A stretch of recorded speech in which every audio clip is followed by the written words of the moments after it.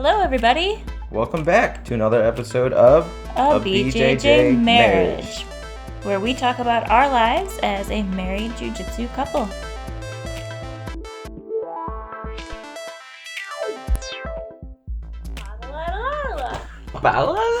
that really what it does? This? It's a... Yes, that's what Baymax does in Big Hero 6. Big Hero 6. You gotta be watching that. If you're listening, you have no idea what we just did. Yes. That should be our new handshake. Like, not Meghan Markle. What's her name? Megan Fox? Is that her name? At MGK? Yes. Megan Fox? Did you see their little handshake? Did you notice it? I only noticed it the second time I watched that interview with you. But No. They would be like, they would hand like that, and then they'd go on top, and then they would like this. It was super weird. And I saw them do it twice, but I only noticed on the second time. Anaya and I have a secret handshake. Do you really? Yeah. Where's ours? That's weird. You have a secret handshake with my sister. Yep. Anyway, hi guys. Welcome. So, I don't know what episode this is. So, my gi is wet. 37. In the last 3 days, I used all 5 of my gis, and I had to wash them, and they're still wet. All of them. Yes.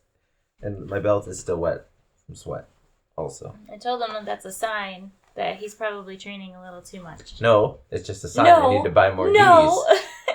Wait, are you guys back to gi on 6 a.m. days? Yeah. Oh, okay. That explains it then. Because it was no gi for a little bit. Right. When did he change it? Yeah. Okay. Cool. No idea. Awesome. Any stripe is falling off? Again, yeah, I've glued this stripe on like 3 times. It ripped in half, and it's falling off again. So I need to get better glue, which we did get better glue, so now I can glue it on again. When did we buy better glue? Oh, we bought super glue. That's right. Yes. Per my request. I put on the shopping list. I need super glue to just glue my stripes on. Because 3-stripe blue belts don't matter. No, I can never go back to 3 stripes. But you can go up. And maybe a 3-stripe purple belt? Maybe like a 5-stripe blue belt. Which maybe. just happens to be purple. Which just happens to be on November 22nd. Well, I heard somebody's getting their blue belt on November 22nd. Yeah, that doesn't matter as much. I think that matters more. Really? Yes. We're getting promoted. Yes. It's going to be a fun time. Yes. Everybody come to Fluid. No matter where you are. November 22nd, 7 p.m. We're getting Monday. Shark Tanked. It's going to be a grand old time. Yeah, come kick our ass and watch us teach stuff that we like during our current belts. Yep. We've talked about what we do for our belt ceremonies in a previous episode before. I don't even know which one. It's been too many. But what's going to happen is Nick and I, and then also our friend Adam Conley, are all getting promoted on the same day. Mm-hmm. And it's a ceremony, so the 3 of us will be out in the middle of the mat while the rest of the school is lined up. And one person is going to be rolling with us at a time for 30 seconds. And then they get to keep rotating out while the 3 of us stay in for 45 minutes straight. Yes, it's super fun. Yeah. So how many times have you done that? This will be my first time. How exciting. We used to do that also for competition training. For Shark Tanking? Mm-hmm. Wow, that's crazy. Yes, but then we realized we needed to manage the adrenaline dumps more than we need to manage consistent cardio. Yep, that makes sense. Because it's not consistent cardio in competition. Right. Yep. But anyways, I love Shark Tanks, and I was thinking about just doing them for fun again recently. I just saw one on December 11th in South Carolina. It's another Tap Cancer Out one, and it's free registration, and it's rolling for an hour straight. I'm pretty sure that's not in one location. The organization is telling everybody to do it across the world at the same time. You think so? It's not in South Carolina? I believe so. Oh, okay. That's cool. I think it's something like that. Are we home on December 11th? We're supposed to be going to a camp. Oh, yeah? I'm trying to make that happen still. A jiu-jitsu camp. We're trying to go to another jiu-jitsu camp, apparently. Yes, Fire and Water. Gentle Art Lifestyle Fire and Water Camp. Yeah, that's a 2-day one, right? Yeah, Saturday and Sunday. Uh-huh. happen. I'll probably end up going. Charles area. You heard it. Again. You heard it here first. Yeah. I'll be a blue belt then. You will be a blue belt. How freaking weird. And I'll be a purple belt. That's crazy. Yeah, so we're going to get belts, and then we're going to eat a ton of Thanksgiving food.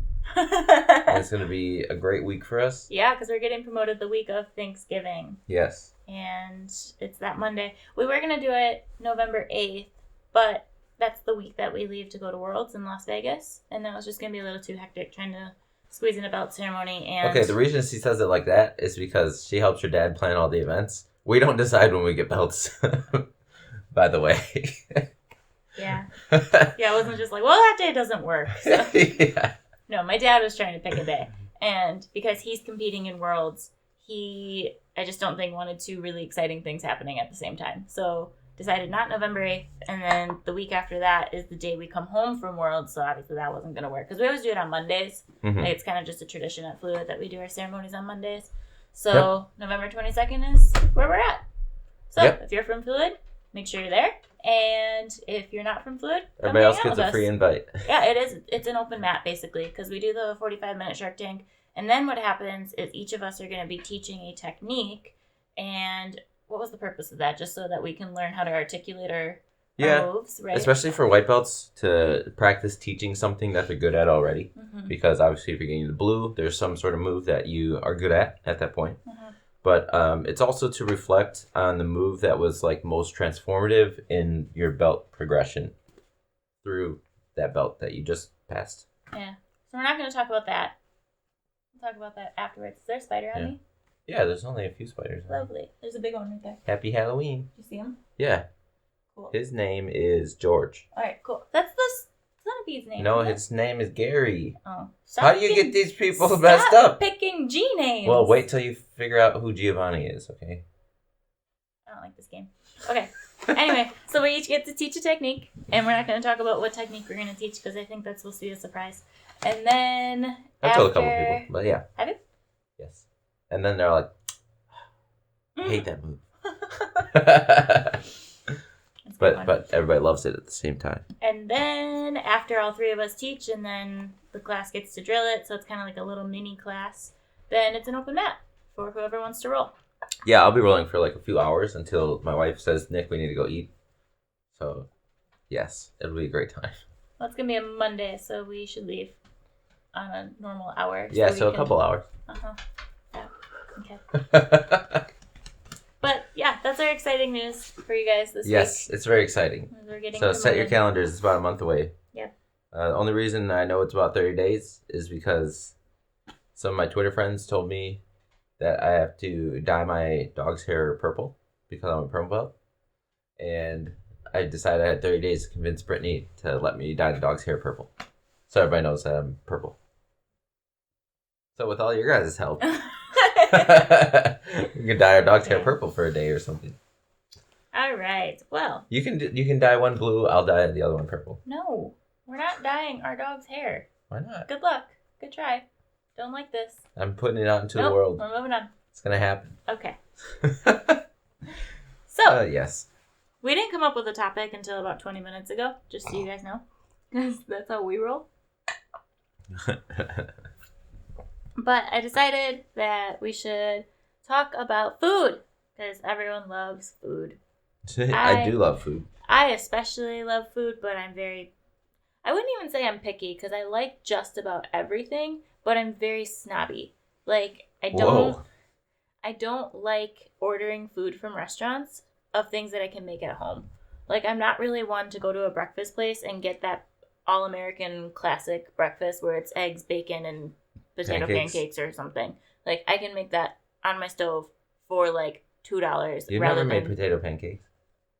Hash browns, whatever, breakfast potatoes, okay, it doesn't matter. But I don't know. I just feel like if I can make it at home for cheaper and for like that'll taste better, there's no point in paying $12 for that plate. That's just how I feel.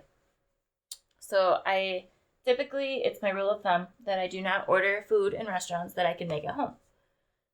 He doesn't care. He doesn't know how to cook. He burns water. Yeah, so that makes everything on the menu available for me. Yeah. So I cook. I do all the cooking. All the time. Every single day, night, evening, whatever you want to call it. I cook sometimes. No, what do you cook? Last time I made ramen noodles for me. For yourself. Yep. Ramen noodles. And he's talking about, like, the packaged 25-cent thing of ramen noodles. Yep. That's all he knows how to make. Hey, and he even asked me questions about it. He was like, do you think these noodles are done? And I was like, really?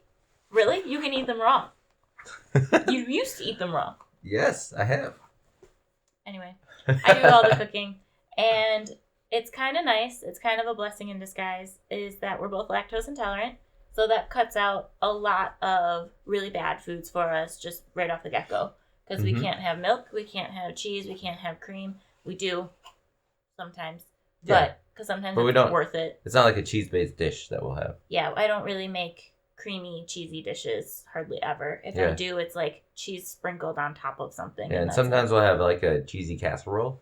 But even then, it's not like, 50% cheese, all other ingredients.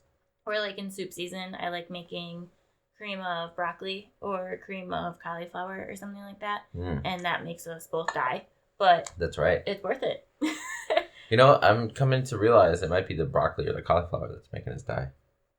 Well, I've made it with something else too. I've made like cream of spinach and I've made a couple of cream of different soups before. Yeah, but then we find out that those vegetables screw up our stomachs. But it's also probably the milk, the cream, the butter. Well, that doesn't help. It's just a really bad dish all the way around. Yes. But anyway, so because we are lactose intolerant, that already pretty much forces us to eat healthy. But we also choose to eat healthy, pretty much as healthy as we can because of our training schedule. I actually specifically remember last week, we drove past Kopp's Custard, which if you're not from Wisconsin, Kopp's is like an icon in Milwaukee. And they have a Butterfinger shake in the month of October right now. And I have been craving this thing. I want it so bad. But there's never like a really great time for me to go get it unless it's the weekend. Today's a great time. Yeah, we might go get it tonight. But now that we're talking about it. He said to me, it was a Friday night, or Thursday night or Friday night. We were driving past it on our way to the gym. He's like, you want to go get Kopp's after the gym today? And I was like, no. And he thought I was crazy. He's like, but you've been wanting that Butterfinger shake. Like, why do you not want to? And I'm like, because I'm training tomorrow, and I'm going to feel like crap if I have that tonight. So we typically, or at least I try to eat very, very healthy throughout the week. Weekends is kind of give or take, but again, being lactose intolerant, it does help me eat healthy. But yeah, and my diet typically follows what she decides we're eating. Yeah. Which is fine. It is good for me. Well, he doesn't cook and he doesn't grocery shop, so he gets no say, in my opinion. I do the dishes, though. Don't act like I do nothing. No, you don't do anything. I know, but for people that don't know. He does do the dishes. It's actually a very sweet deal that we have worked out where we get home from the gym. I'll shower first, and then while he's in the shower, I'll start getting dinner ready. And then by the time he's out of the shower, he'll start dishes. And then he does dishes while I finish up dinner, and we're done about the same time every time. Yep. It's a good system. So we get the dishes done every single night, so we never really have them stacking up. Except for the weekend. Yeah, because I don't really cook on the weekend very often. Typically, we're out with people or grilling or doing something, so I don't really cook on the weekends. But yeah, I'm not really one to meal prep either. I meal plan, but I don't meal prep. Every time I've tried meal prepping, I think it ends up not being worth it. Yeah, it's not worth the time. You don't save enough time every day to meal prep. Yeah. That you spend meal prepping. Right. And if you meal prep, good for you. I don't know how you find the time to do it and where you like doing it, why you like doing it. I don't like doing it because I, first of all, don't like eating the same thing 4 days in a row. And then also the times that I have meal prep for the week, it takes me 4 or 5 hours in the kitchen to get ready for the entire week. However, by the time that it's time to actually cook those meals, let's say I'll get everything chopped up, all the vegetables, all the proteins, all the carbs for the night made, I'll pre-make the noodles or I'll pre-make the rice or I'll chop up the chicken, but then I still have to take the time to cook it all. And it's just not typical meal prepping is you cook it all and then you split it up and then you microwave it when you actually eat it. That sounds gross. Well, that's what regular meal prepping is. Yeah, but then that's typically eating the same thing every day too. Yeah. So I do get really excited when I come home from grocery shopping. I know that makes me very nerdy, but I get really excited when I come home and I'm just like, Different oh my strokes for God, different there's folks. so much stuff. Like, I need to cut this all right now and get it all ready. And then, like, I'll just kind of go down this spiral where I'm like, but if I do this, then I should do this too. And then if I do this, I should also do that. And then if I'm using my one cutting board, I'm like, well, I can't cut the chicken until I at least cut the cilantro because then it's going to cross-contaminate. And, like, I just go off in my own little world, and I love it. But I have so much fun. You don't only do that with food. Huh? You don't only do that with food. What else do I do that way? Remember the other day when you did that with trying to look for a picture? And you sat there for like an hour and a half and went through every picture in your phone and organized them and deleted the ones you didn't want. Yes. That's how I am. I'm very organized and very structured. What? No. What do you mean? Yes, you like to be organized, but I would say the structure, if the structure was in place, you would have just found the picture that you wanted. I did, and then I did more. That's not what a structure is.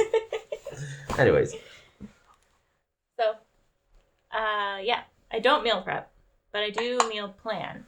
So before I go to the grocery store, I always have a list of about 7 different meals that I want to make throughout the next week and a half. My meal plan is, that smells good. What's that? Yep, pretty much. And then she says some words I do not understand. And I'm like, sure, I'll eat it.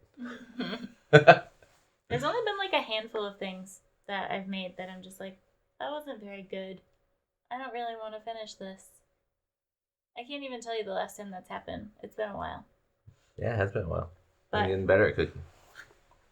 I like to try new recipes. That's kind of my biggest thing, is every single week I like to try to make something that I either have never made before or it's been a really long time since I've made it. Yeah. So we have Taco Tuesday every single Tuesday, which means that I make some type of Mexican dish every Tuesday. And this last Tuesday, we actually just had curry tacos. So I mixed Indian and Mexican together. It was fantastic. That was super good. Yeah. And then the day after that, we had curry taco leftovers. It was curry taco rice. This is how I cook, by the way. What do you mean we? You. I had... I don't curry... do this. This does not fit in my healthy eating schedule. So I had curry taco. Curry chicken with rice in a little bin. And that's not enough. Like one of these little, I don't know, quart containers or something. So I was like, okay, I need to make more of this. So I decided to make it nachos. And then I didn't have cheese. And also cheese doesn't go with curry. So instead of cheese, I added... soy sauce, mayo, and sriracha sauce to make it a little creamier and spicy and give it some more flavor. And I did 2 types of chips. I did tortilla chips for a good crunch, and then the other chips we had were like a fried dill pickle ranch chip flavor. And so then I had that all up in there, and then I crunched it all up and then mixed it all together until... I'll tell you what, it was delicious. I loved it. I tell you what. I loved that lunch. Yeah, it was very interesting. It was fantastic. And I should have taken a picture. He tells me these kind of things almost every day. So what I do is I make enough dinner for us to each have our plate. That's how I cook. And then there's always going to be at least 1, if not 2, bowls of leftovers for us to take to work the next day. And... he eats at home because he works from home, and then he tells me when I come home, he's like, you want to know what I did today? And I always tell him, like, you probably made nachos, and I don't understand how you're not fat. Everything's better when you make it nachos. Even spaghetti, rice, Chinese food nachos I've had. Well, we bought ramen enough tortilla nachos. chips that you can make nachos all you want for the next, like, week. Yeah, but cheese doesn't go good with every dish. Right. So. Nachos. Don't meal prep, I meal plan. I come out with a couple different recipes that I want to try for the week. And normally I'm testing myself and I'm testing my knowledge and seeing what I can make and what I can't. Like I remember for my dad's birthday in July, I asked him, I was like, I'll make whatever you want for your birthday. And even if I've never made it, it'll be a good challenge for me. And he was like, that ham and pea risotto looked really good because I showed him a picture of that from some website that I saw. And I was like, ham and pea risotto. I've never made risotto in my life before. Yeah, that was a trial and error type night, but I did it. I ate that for a while. Yeah. There was a lot of that. Yeah. It was good. But that's my goal, is I always try to challenge myself. Kind of Yeah. like in jiu-jitsu. You just challenge yourself to get better. Yep. That's why I made ramen noodles yesterday, to challenge myself. Also, I was hungry and she wasn't. We also made fries in an air fryer, too. Yes. That was really good. But basically, my whole point of this is that we are athletes. We train multiple times a week for multiple hours a day. And we have to feel good enough and strong enough and ready enough to be training. So food is a really big part of that. Yeah. However, you did just hear me say we made ramen noodles and fries last night. That does not mean that we are on a diet. We are on a lifestyle, is the way I like to call it. So we eat very clean throughout the week for the most part. And then weekends we do kind of slip a little bit, but I think that that's okay because we're treating ourselves. And also we are not overweight, so. Yeah. Yeah, we would have to tip the scales very heavily to, well, actually, my BMI was in the cautious level when I went to the hospital last. She looked at the BMI and she laughed at me. And she was like, never mind. This dude's got, like, abs, so it's kind of ridiculous. It was very funny. BMI is stupid. Yeah, exactly. But anyways, what I was going to say is when you are portioning out the meals, it is very balanced, typically, no matter what she's making, to have protein, carbs, and vegetables. And I think that's super helpful for our training because we need the protein to recover, to stay strong. We need the carbs for energy. And the veggies help boost vitamins and minerals. Yep. Yeah, so typically a plate, like if I had to pick something that I make often, it would be some type of chicken. Spaghetti! I do make spaghetti a lot. Spaghetti is my all-time favorite meal in the world. But I typically make like some sort of flavored chicken, whatever I feel for the day, curried. Or if it's a beef dish, it's normally ground turkey. Yes. Instead of beef. Yeah, so for like chili and stuff, I can't even tell you the last time I cooked with ground beef. I always cook with ground turkey. We typically use substitutions for milks instead of regular milk because we're lactose intolerant. If it requires it, I don't cook with butter hardly ever. Like, it's just not. Only in like pre-made pastas that require butter in the preparation. Yeah. But I don't like cooking with butter because I know it's gross. I mean, it tastes delicious, but it's just not good for us. But yeah, ground beef will be ground turkey. Speaking of butter, I saw a video of somebody who was saying like a snack hack, like a TikTok video. And she had a stick of butter and she put it in a jar of pasta sauce. And then I thought she was going to like cook with it or something. But she just bit off a chunk of the butter. Oh my god. And it was like smacking her lips like, yeah, you gotta try this. Ugh. And I was like, that's so gross. She's gonna have a heart attack. Okay, so kind of going off of that, last night we went to a haunted house. And we were there with my aunt and uncle are hosting a foreign exchange student right now from Estonia, which is super cool. So she's a 16-year-old girl from Estonia, and it was her first time being at a haunted house in America, first time that we met her. And it was really cool, but we were talking about food.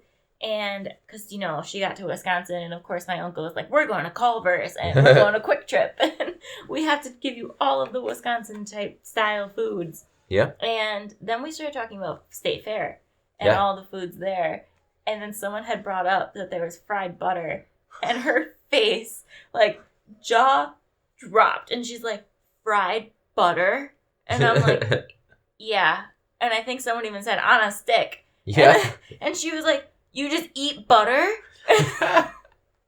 Like, in other countries, that's just, it's wild, the things that Americans put in their bodies. It's insane. It's ignorant. Yes. Anyways. I'm also ignorant, but But you're developed in a society that has given you all the options of any type of food that you could ever desire in your life, and of course you're gonna go for the tempting ones. Yep. Like quesadillas. I love this thing. Yeah, I do love a We make quesadilla. this all the time. But with ground turkey, not ground beef, Yes.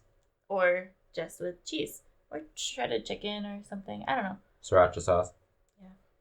And then zucchini. Zucchini is our vegetable of choice pretty much all the time. Oh, yeah. Especially since we found out broccoli makes us sick. Yeah. Broccoli and cauliflower are a type of vegetable that, like, I don't know. Someone told me it did something in their stomach. I know it makes me toot a lot. Digestive system. It, like, our bodies can't process it or something properly. It makes me fart a lot. Okay. No joke. Like, Nick farts a lot. If you don't know him, I've never met anyone who farts more. Someone said that you fart more than Rob, and that was like really saying something. If you ever see me at the gym and I like go walk off into a corner like randomly and then walk back and roll with someone, I was farting. But you only started doing that after I told you to. Well, no, I also don't want to fart on people.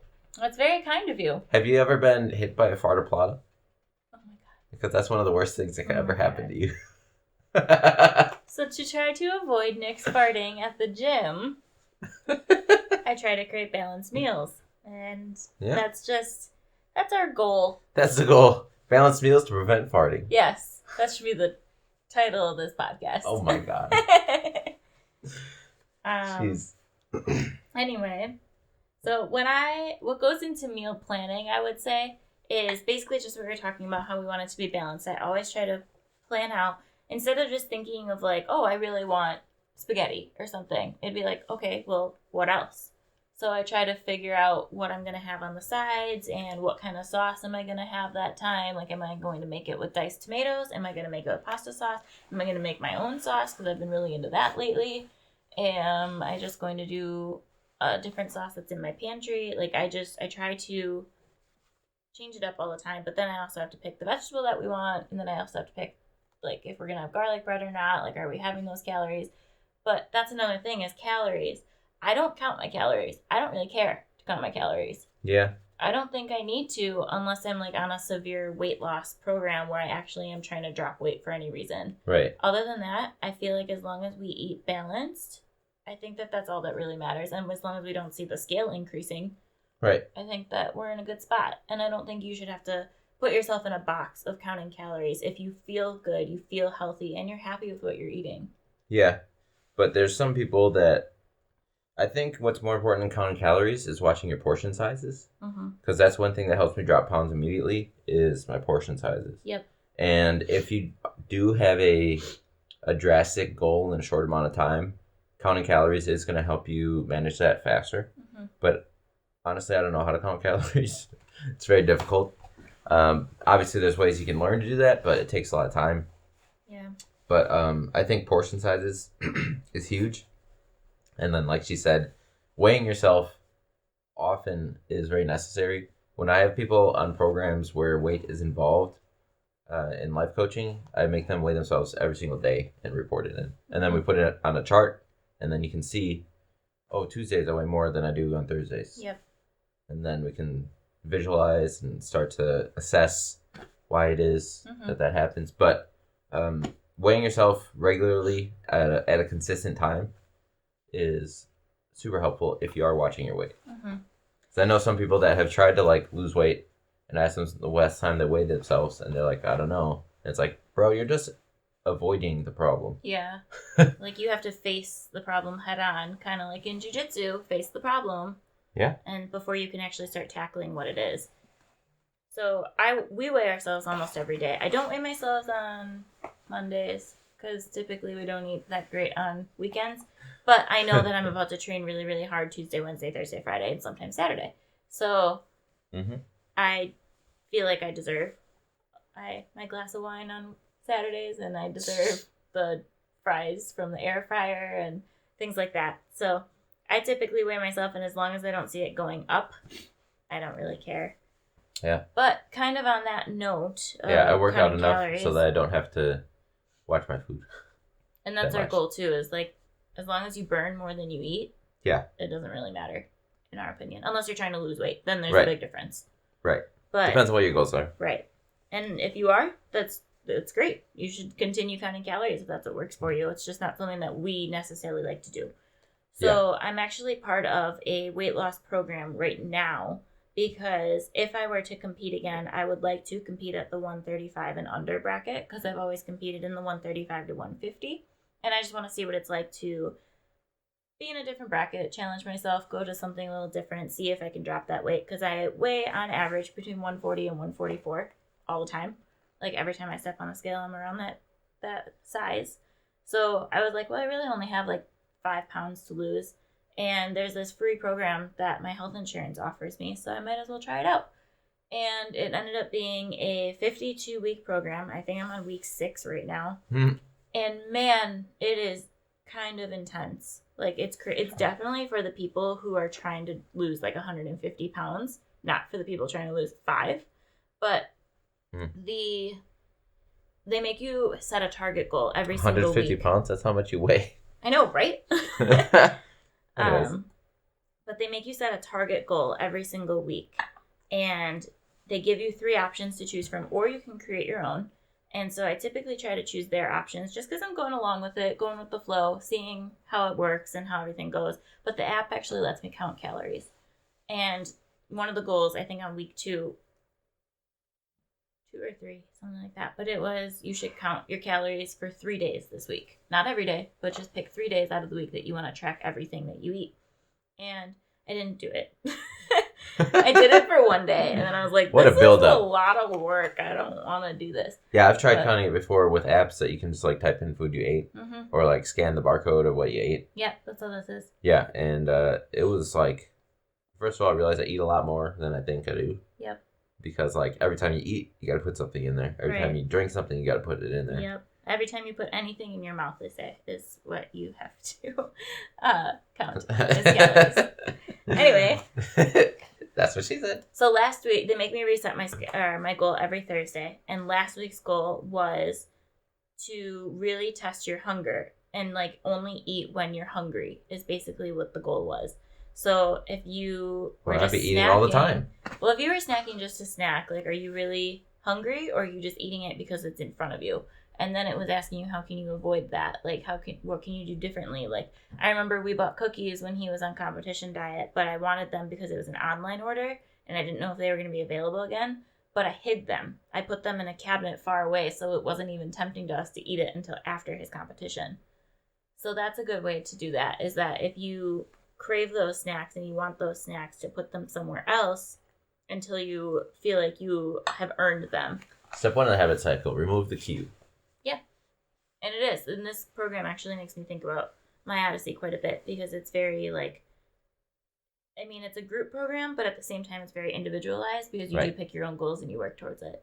But the goal this week that I'm supposed to be working on is to replace cravings and snacks with a healthy habit instead. Step 2, change the response in the habit cycle. Yep.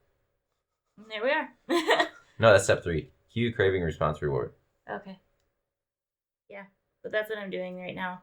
And so it's basically saying like, okay, I have cookies in the kitchen.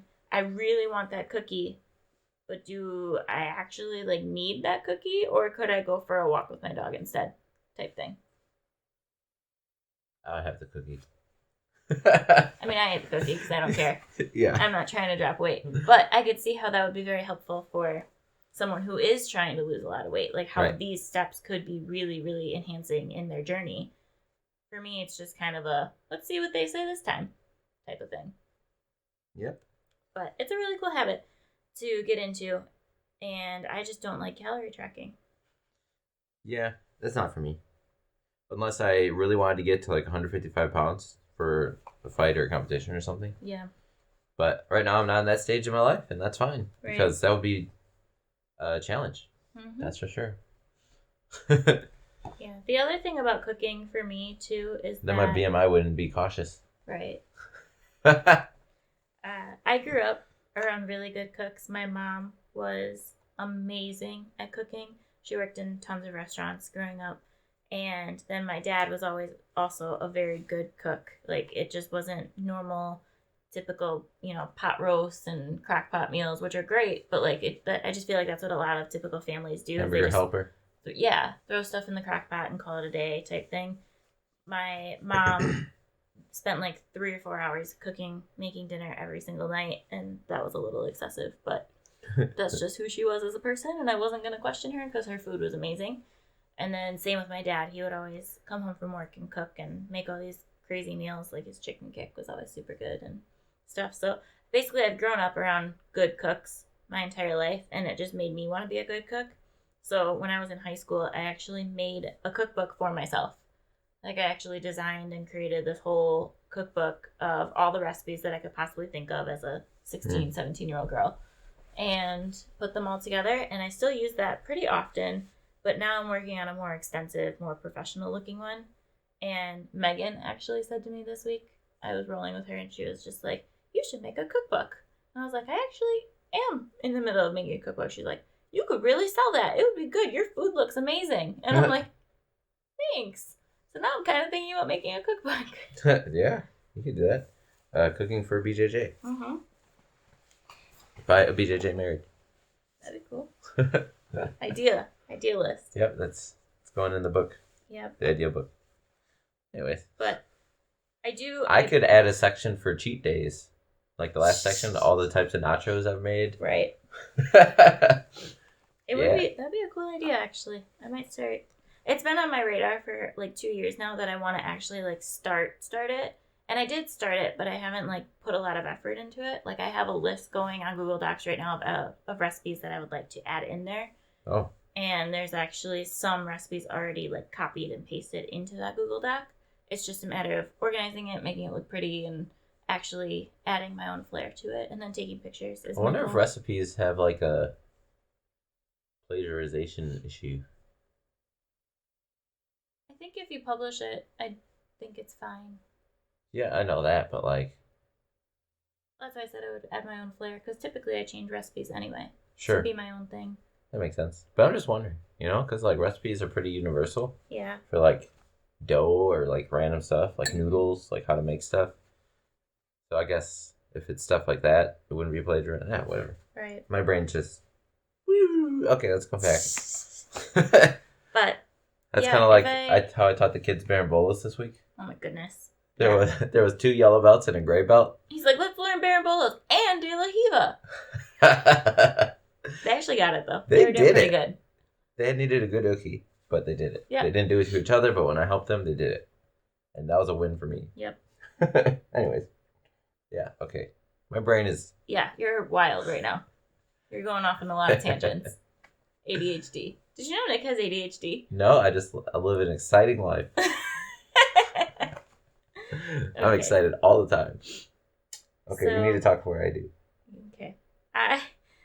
So we've been talking for about a half hour now about how much I enjoy cooking and what I like cooking.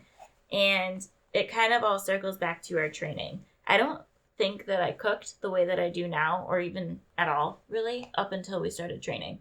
Yeah. Because we try to think back to our lives pre-jiu-jitsu, and that was when we were going to the gym and lifting all the time. And yes. I honestly don't remember what we ate. Like, we don't remember sitting in the kitchen and cooking dinner together and talking about our day. Like, that just wasn't a thing. That's because she worked nights, and I worked, like, I don't know, basic first and second shift. So I didn't see her in the mornings, and she was going to college at the time. So I'm pretty sure she ate food at the restaurant every night, and I had food before she came home, and then we would lift from like 11 to 1 a.m. and then like have protein shakes, and then just like go to bed. Yeah, protein shakes were a big thing for us for a while. Mm-hmm. I remember that.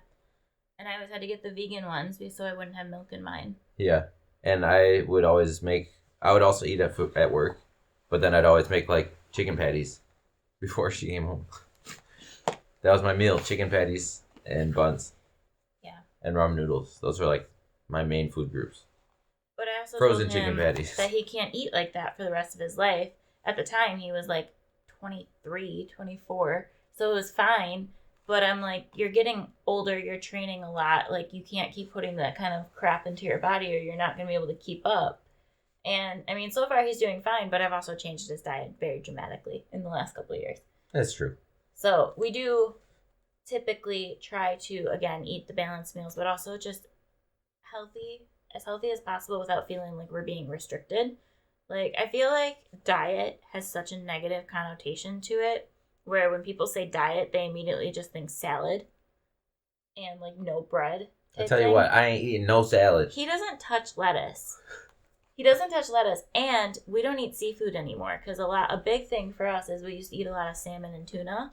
And we watched this documentary. I won't get too far into it, but basically we watched this documentary and I learned that there's a lot of really shady stuff that happens in international water. So I just refuse to support it. So as much as I love seafood, I have forbidden myself from contributing to that industry because it's just so I guess we'd have to go toxic. catch our own fish, hey? Yeah, I have said that. I'm like, I think the only reason I'm going to eat fish in the future is if I catch it myself. And I'm not into fishing. I don't fish. So they got to change what's happening in overseas waters before I touch tuna again. But every once in a while I go past tuna in the store and I'm just like, I'm not going to drool. Anyway, watch Seaspiracy if you want to know what I'm talking about because I don't want to get political in here. But, so we don't eat seafood anymore. So we pretty much just eat white meat chicken. Like I don't buy chicken thighs very often. So we get chicken breasts, ground turkey. Sometimes I'll get pork, like sometimes, but he's not a big fan of pork either. So I'm pretty limited in what he'll eat because then he doesn't eat lettuce either. Like if I can make chicken salads for dinner, I would be super happy. He won't touch that. Sometimes I'll have spinach and stuff. You had spinach this morning. Yeah, so sometimes I'm okay with spinach. That's about it. Get this. Thanks, Starbucks, for this. For the our Sunday morning breakfast that I made us, I made spinach, feta, and egg whites and onions in a spinach wrap. That was delicious. Yeah, feta cheese is fantastic. Where's it come from? That I love it more and more and more. Don't do this. That's the other thing I ask about food all the time is where did this come from? Yeah. So I will give you a free private lesson if in the comments, without Googling, you can tell me where ranch comes from. Ranch dressing. What is ranch dressing? He went around for probably 6 months asking people what ranch was. And they'd be like, oh, it's... Ranch comes from... What is ranch? It is... And honestly, now that I know the answer, it makes total sense. But, like, not knowing it, it just kind of made your head hurt a little bit. Like, what the hell is it? Why? This is, like, a very common food. Especially in Wisconsin. If you're not from Wisconsin, you probably don't eat ranch as much. Yeah. But, like, I love ranch on all foods. And syrup. Syrup. Okay, there's a few things that make every food better. Sriracha sauce, ranch, and syrup. You can add that to any food. It's fucking delicious. I hate it. I can't stand any of those things. Today she made breakfast food, and then there was French toast, so she brought out the syrup. It went over the whole plate. Even that wrap had syrup. It was so good. Yeah. And that's where we talk about we take liberties on the weekends. Food-wise. But even that, I still didn't make it that bad today. Like, for breakfast, we made the egg, spinach, and feta. It wasn't an omelet. It was like a wrap, basically. Because then I had these, like, really organic, grain-free spinach wraps or something from Imperfect Foods. I don't know. And then I made sauteed cucumbers, because that's just something that my mom always did that I thought was super good. So if you have ever thought about what a cucumber fried would taste like, it's not fried, but or a cucumber. It's a cucumber. Today I made cucumbers. Yeah, I never know the difference between zucchini and cucumber, like, ever. Even if I eat them, I couldn't tell you what one is versus the other. Well, my mom's tradition for breakfast is she would always make sauteed cucumbers and red onion. Pretty sure one time you made me go to the store to get a cucumber or zucchini, and I came back with the other one. Yeah, probably. Anyways. So we had the wrap and the cucumbers, and then we had some breakfast sausage and then French toast. And it was very good. And cinnamon rolls. And then I made cinnamon rolls because that was our treat. That was our dessert. But, I mean, even still, like, that wasn't really cheesy or creamy or anything. Like, it was still balanced. We still had our protein with the eggs. We still had our vegetable with the cucumber. We still had our carb with the French toast. Like, I still made it very balanced and good and ready for us because I am bougie like that. I appreciate it, though. If it wasn't for Brittany, I would still be competing at 185, maybe 205.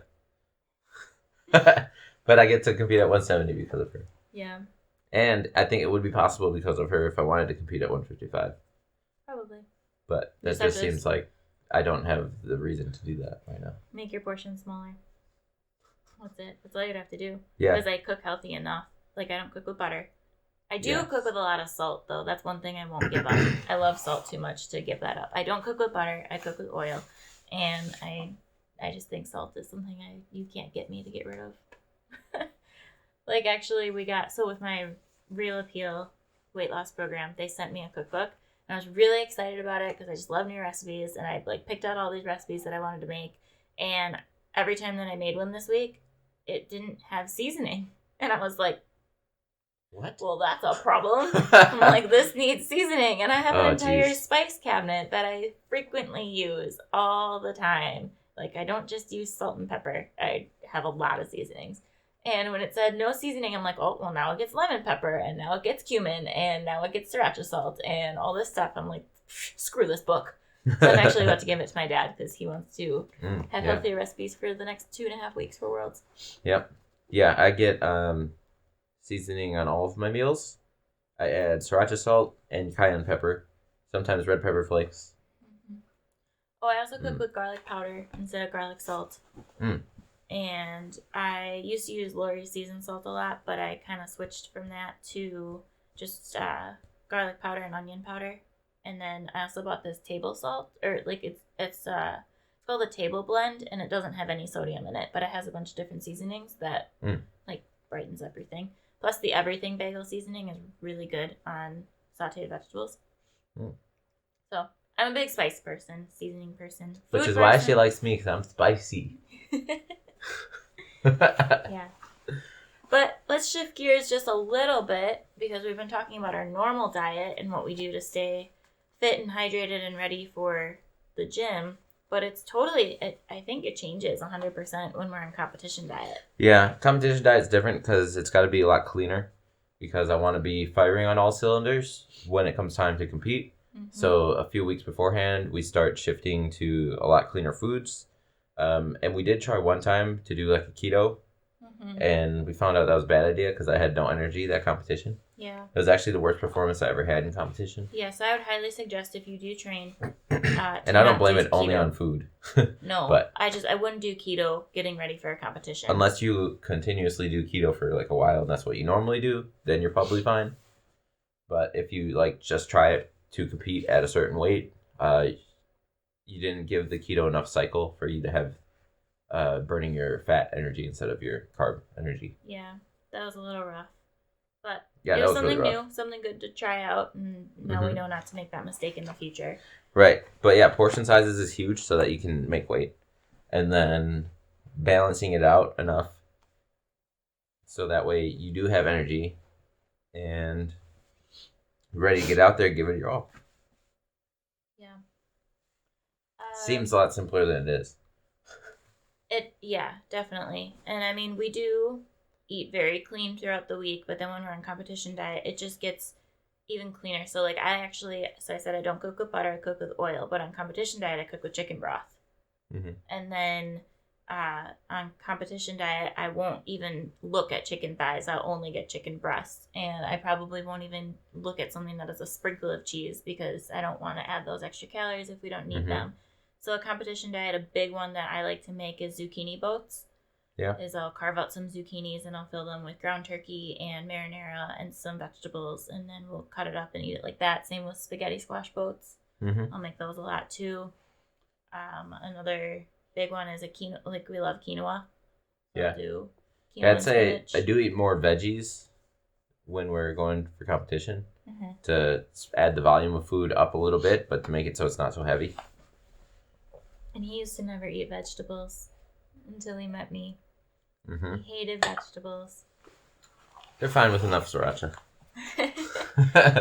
But so we did competition diet so many times that I actually got bored of the meals that I was making. And so I had to start becoming more creative and coming up with better ideas. So now I actually have a Google Doc just for competition diet. And I have it organized by okay, so you know how I said I like to do balanced meals? So I have probably 45 different balanced meals made out of just things that I can make, and then obviously I can mix and match and do whatever I want. Yeah, I'll be like this with sweet potatoes and zucchini, but then I'll have this with quinoa and spinach or something, and Yeah, it's extensive. But then I have like different power bowls that I can make, different types of smoothies that I can make, and then I have different protein substitutions that I can try, and it's a very extensive list. I have shared it with a couple of competitors at Fluid, so if you are interested, let me know. You haven't shared it with me. I've definitely shown. You don't cook. That was the point of that joke. Yeah.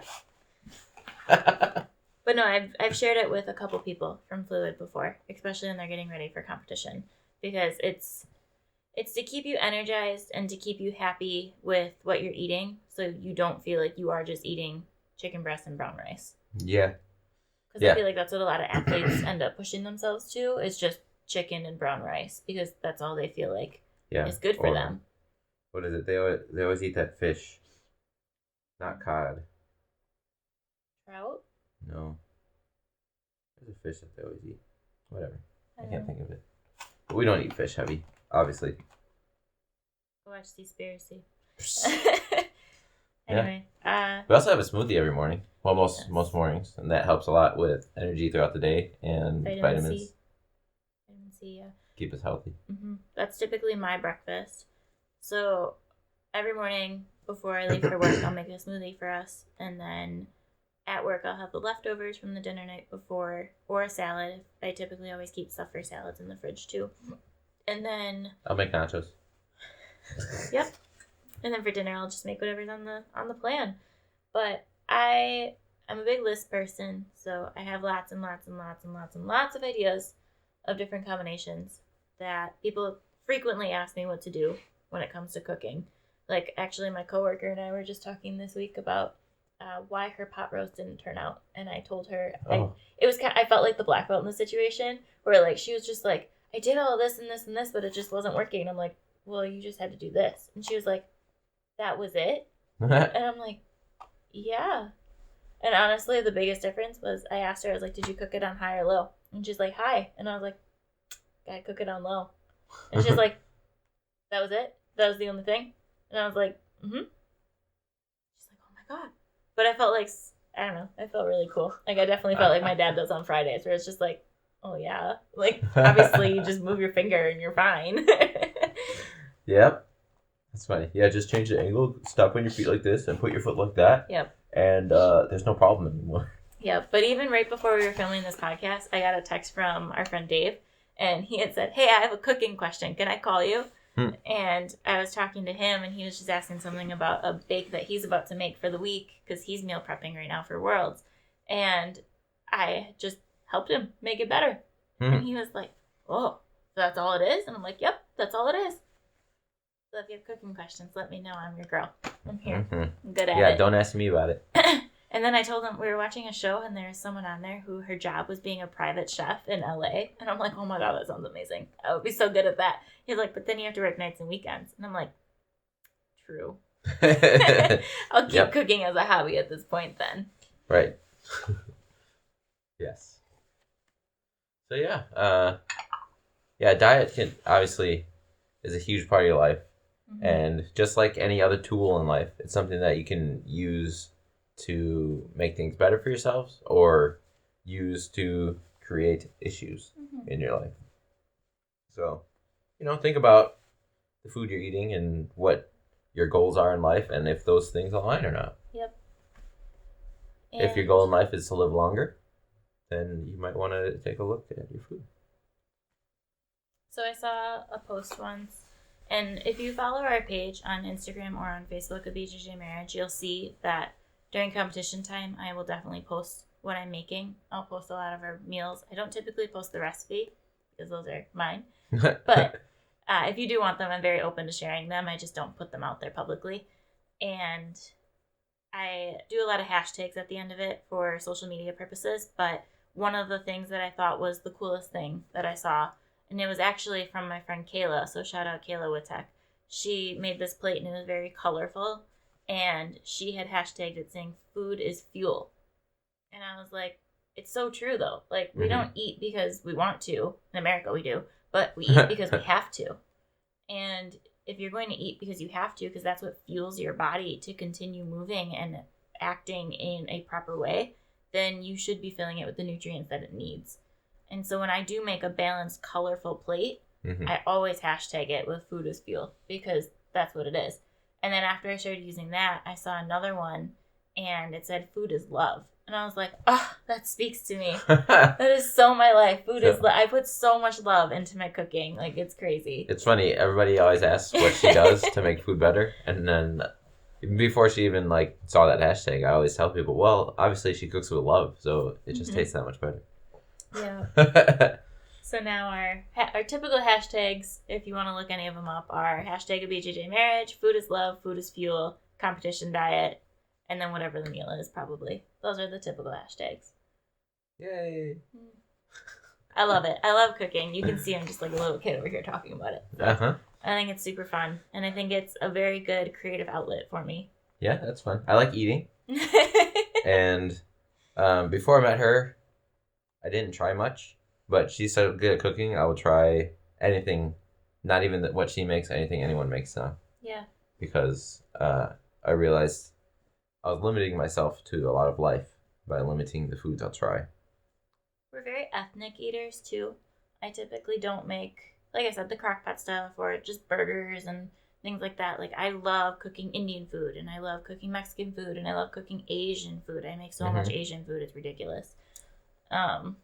But I like I said, when I told my dad on his birthday, I was like, what do you want? He's like, ham and pea risotto. I'm like, challenge accepted. Let's go. Let's do it. Yep. So I cook anything, and I love eating outside the box. There has been one time where I cooked a good meal for her where like I followed the recipe very strictly and I put myself in the mode like I'm gonna make my wife happy, and I made like a great baked mac and cheese, but like it was very good. He did a good job. But, like, I don't know, cooking puts me in a zone that I do not like. Let's put it that way. Which is why he does the dishes. It makes me upset, and it makes me frustrated, and there's not many things in life that make me feel that way. So I like to avoid cooking. But we're a good pair because he married someone who loves it, so he still can eat well and get all the good benefits of it without having to do it. Hell yeah. And I don't have to do dishes, so that's nice. Or laundry. He does laundry too, so that's cool. Yep. Laundry, lawn, and dishes. Those are his jobs. I do everything else. Oh, the one other thing that I did want to touch on was, I'm just looking over at our whiskey stash over there, is that, I mean, a lot of you probably like your alcohol, like to drink, which is fine. People like to drink. That's just a very human thing to do. But when we're on competition diet, we don't give up drinking either. We just are smarter with our drinking. So no cocktails. Nick really just likes doing whiskey on the rocks anyway. So yeah, he'll be very careful. Like if he wants a glass of whiskey when we're out with our friends on the weekend, like he'll just do one, maybe two, but that's it. Like we won't add all the extra floofy and fluffy stuff in there. Right. And then I specifically don't drink any type of cocktails either that have sugar in it or anything. So I'll go just either like a plain red wine or something simple like a vodka seltzer. I like whiskey on the rocks or tequila on the rocks or gin on the rocks. Mm-hmm. And that's not that bad for you. No, it's besides not. The poison part. It's not. But basically my point of that is that if you are trying to do a competition diet, I don't think you have to give up alcohol. Yeah, you shouldn't have to give up so much. And if you have to give up that much, you might want to take a look at your weight class. But it's about managing the portions. Mm-hmm. It's just portions, yeah. I think that helps a lot. Yeah, and I think the reason that people can't stick with their diets is because they try to give up too much. Mm-hmm. But if you just limit yourself, and instead of putting yourself on this grand scale trying to reach all these goals, you're obviously going to be disappointed when you don't meet all those goals. So set yourself little goals, kind of like my 52-week program, to get yourself to a lifestyle that you can now incorporate into your everyday life rather than, oh, it's competition in 2 weeks, got to do it this way.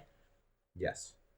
Yeah, anytime you want to make a change in your life, if you bite off more than you can chew, you're going to think that it's unattainable, where you want to start small, and just like an avalanche, starts with one snowball, turns into a mountain of snow. The same thing can happen with your goals. Exactly. Also, last thing, the way that we pay our dog sitters when we go on vacation is I just cook for them. So if you ever want food from me at the whole house, let me know. I'm sure we can come up with a vacation to take. Yes, good plan. But on that note, thanks for listening, guys. Thanks for listening. Maybe we'll have some quesadillas today. I want a calzone. I'm also thirsty for whiskey now. I want a calzone and a Butterfinger shake. Because that just goes against everything that we just talked about. Yeah. All right. Well, thanks for listening, guys. Thanks, guys. Like, share, subscribe. All of it. Go look at our Instagram photos.